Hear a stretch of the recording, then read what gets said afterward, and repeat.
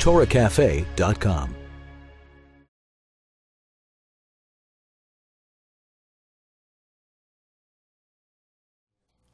Rabbi Chaim Vital is the most famous of the Arizal's disciples. I believe he was actually older than him. The Arizal lived a very short life. He passed away before 40. Rabbi Chaim Vital was a disciple of Rabbi Moshe Cordova. In other words, he was in Tzfat before the Arizal arrived.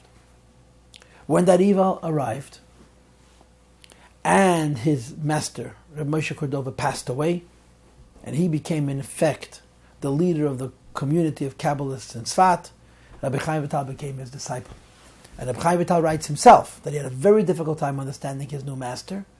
The style of teaching, the level of depth was far deeper and different than he was used to from his former master of Kabbalah. And he was flustered. He found himself going nowhere. And he complained. He said to the Arizal, I can't keep up with you, I don't understand you, and so on. And the story is that one Saturday night, Motzei Shabbat, he took him out on the Kinneret, which is the Sea of Galilee, I guess, in northern Israel. And in the middle of this lake, or this sea, he took a cup of water, took water from this lake, and he told Rabbi Chaim Vital to drink it. And he drank it, and from that point forward, he was able to follow the teachings of his teacher.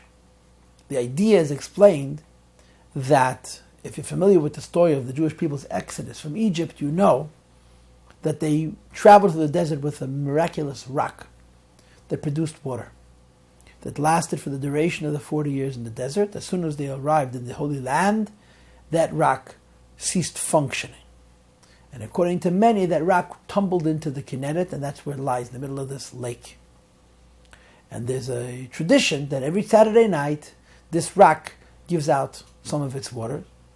And we know that anybody who drank the waters from this rock, the fountain of Miriam, and ate the manna, was especially skilled, especially capable, especially qualified to expound and understand Torah. So the Arizal traveled to the middle of this lake, and somehow he was able to identify the waters which came from the Be'er Shel Miriam. He had Rabbi Chaim Vital teach him, and it allowed him to be able to understand his teachings and to study from him and to transcribe them. So Rabbi Chaim Vital began to transcribe the writings of the Arizal. But as I said in my previous clip, he was by no means the only one. There were others.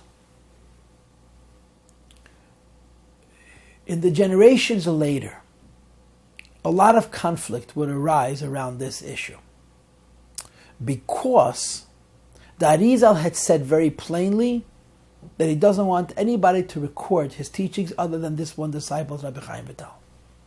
The problem is the others who transcribed, who wrote it down, and then later on their works were compiled by people like Rabbi Yankov Tzemach and Rabbi Nosson Shapiro and others, did permit themselves to incorporate into their writings teachings from the Arizal, from the Chaveda, from the other disciples. So some people understood this to mean that in spite of the Arizal's warnings, it was acceptable to study the Kabbalah from disciples other than the Rachav, Rabbi Chaim Vital. But the purists maintained that nope, you're only allowed to read those writings as Rabbi Chaim Vital recorded them. Anything else is not legitimate. To give you a context, the classic works of the Arizal are called Eitz Chaim and Pri Eitz Chaim, which means the tree of life and the fruit of the tree of life. These works were a compilation that followed Rabbi Chaim Vital. He did not compile it. A very great percentage of these works are his writings. But in the Eitz Chaim and the Pri Eitz Chaim, you do have thoughts, menachavedim.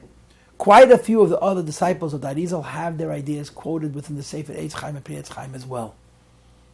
And in the tradition of many communities of Kabbalists, including the Chabad Hasidic tradition, we consider these works, Eitz Chaim, Pri Eitz Chaim, authoritative. Even though the Arizal had said he wanted only Rachav to record his writings, but the compilers of these works were in their own right great Kabbalists, and their legitimacy, their integrity lends integrity to everything recorded in their books, even if they take it from the Chaverim, from the other disciples of the Arizal. What's interesting is that the Arizal's writings were written and rewritten and rewritten. People will tell you that there may be as many as 5 drafts of the teachings of the Arizal. The last draft, the final draft, which was completed not by Rabbi Chaim Vital but by his son Rabbi Shmuel Vital, is called the Shmoina Shiurim, the 8 gates.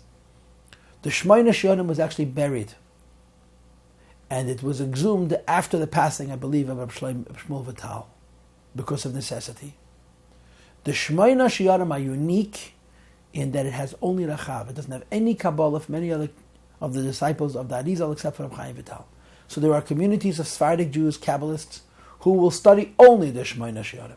What's important for you to understand historically is that these writings were not published till much, much later.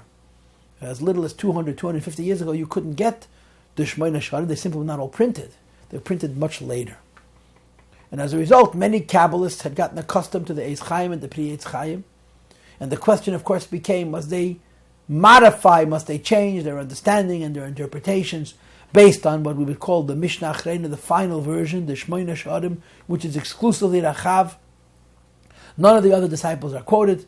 It's a big controversy, but in the Chabad Hasidic tradition, which traces its roots back to the Holy Baal Shem Tov, it is clear, it's obvious, that we have ideas in Kabbalah which come not only from Rabbi Chaim Vital, but come from other great Kabbalists.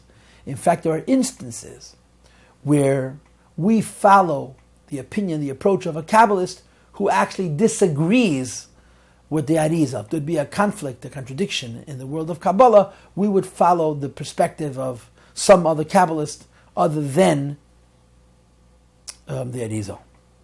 So some people are insistent on being absolute purists, and we hold that the writings of the Eitz Chaim and the Pri Eitz Chaim, which has from the Chaverim, is also legitimate.